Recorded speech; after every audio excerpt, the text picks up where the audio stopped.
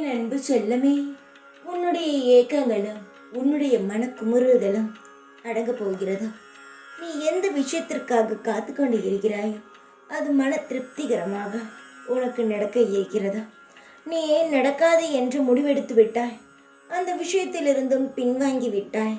நீ இனி நடக்காது, இதில் முயற்சி செய்வது வீண்தான் என்று நினைத்த நீ எதை பாதியில் விட்டு விட்டு வந்தாயோ அது மீண்டும் உனக்கு தொடங்க போகிறது.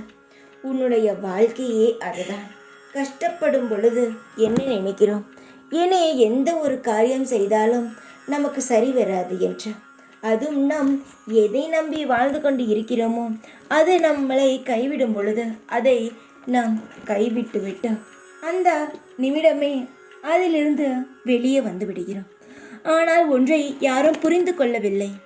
எந்த ஒரு விஷயத்தில் கஷ்டங்கள் அதிகமாக வருகிறதோ அதில்தான் சந்தோஷங்களும் அதிகமாக வரும் என்பதை யாருமே இங்கு புரிந்து கொள்ளவில்லை.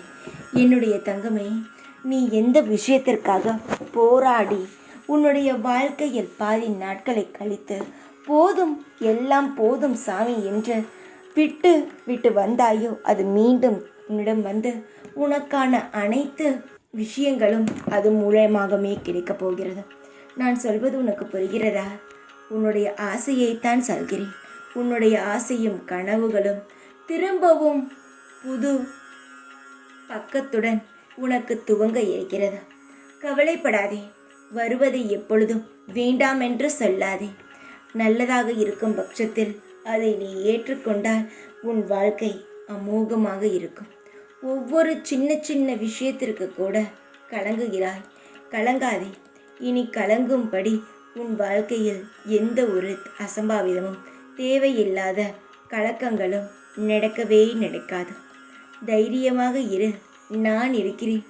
எல்லாமே சரி செய்ய எப்பொழுதும் உன் கூட இருப்பேன். மறந்து விடாதே.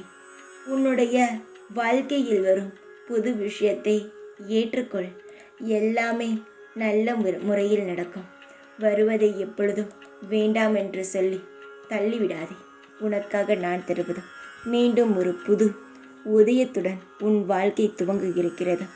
தைரியமாக இரு.